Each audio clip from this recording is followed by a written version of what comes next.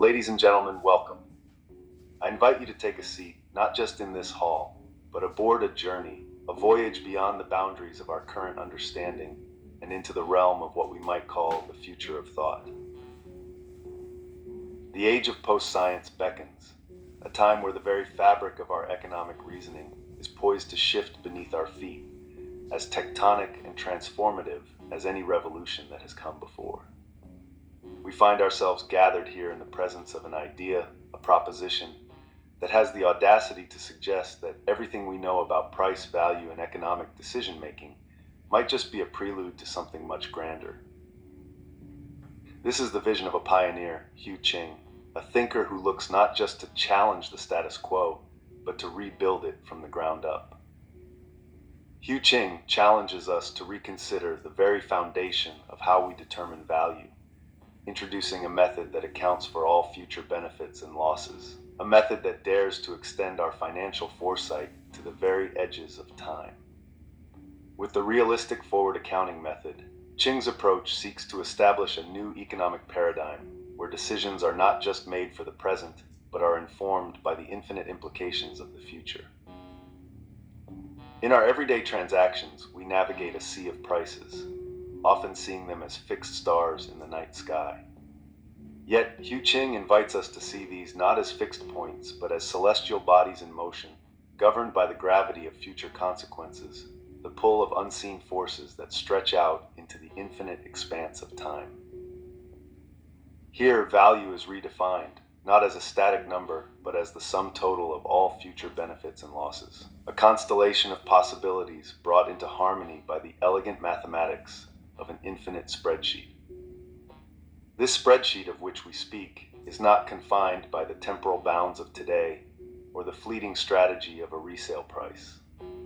No, this is a ledger that extends into the eternal, a tool that, in its infinite columns and rows, seeks to capture the essence of every variable, every uncertainty, every heartbeat of the market that will ever exist. And in doing so, it seeks to provide a price, a true price, that reflects the totality of existence.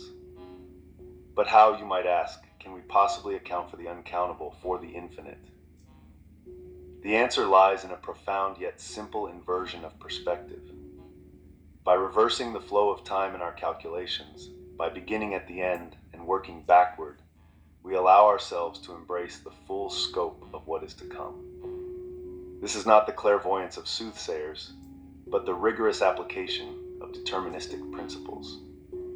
It's a method that finds its beauty not in its complexity, but in its relentless pursuit of completeness. This invention transcends the limitations of the empirical methods we've long held dear.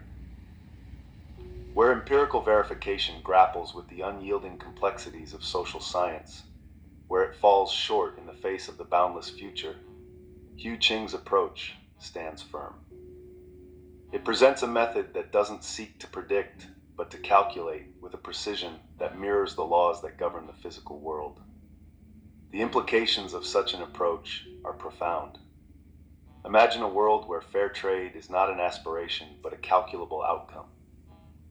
Envision a society where disputes, whether in the marketplace or the international stage, are resolved not by the subjective whims of the present, but by a clear-eyed view of the future's vast tapestry. This is a vision of a world where economics, construction, business decisions, and even the underpinnings of legal systems are rooted not in the sands of arbitrary choices, but in the bedrock of natural law. Reflect, if you will, on the very notion of value itself. How does our current understanding of economic value fall short when faced with the complexities of a future we can never fully predict or know?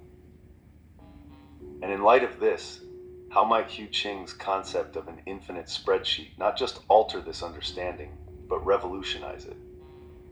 What does it mean to determine price not by the subjective and often chaotic interplay of supply and demand as we see it now, but by a deterministic formula that accounts for an infinite array of possibilities? How might such a method reshape the way we conduct business, the way we invest, and the way we view the economic systems that underpin our society?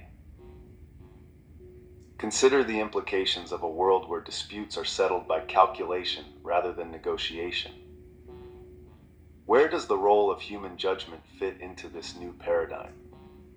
Can we truly find harmony in a deterministic approach, or do we lose an essential element of what it means to engage in commerce and governance? And what of the scientific method, long held as the gold standard in empirical truth-seeking, when we step into the realm of social science?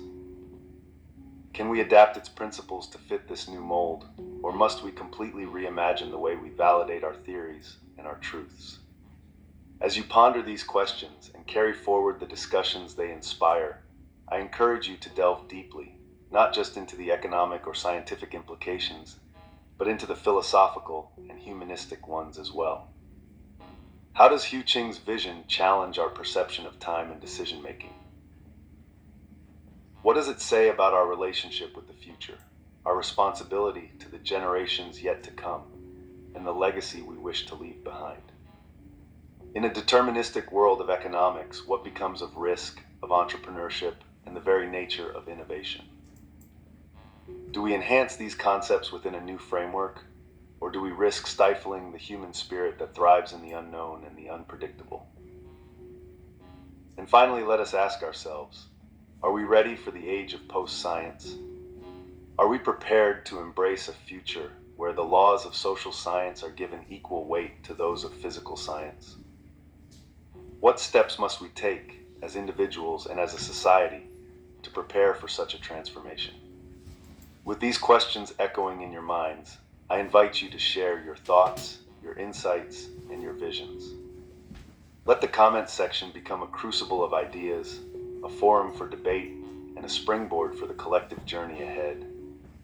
As we stand at this precipice, looking out into the possibility of a new age, the age of social science, we are witnessing a moment that may well be remembered as a pivot point for civilization.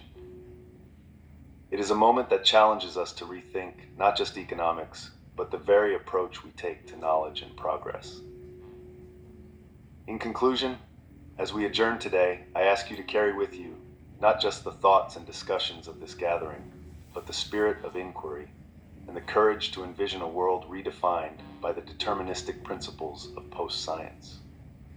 Thank you truly for your gracious attention and for joining me in this contemplation of what might lie ahead.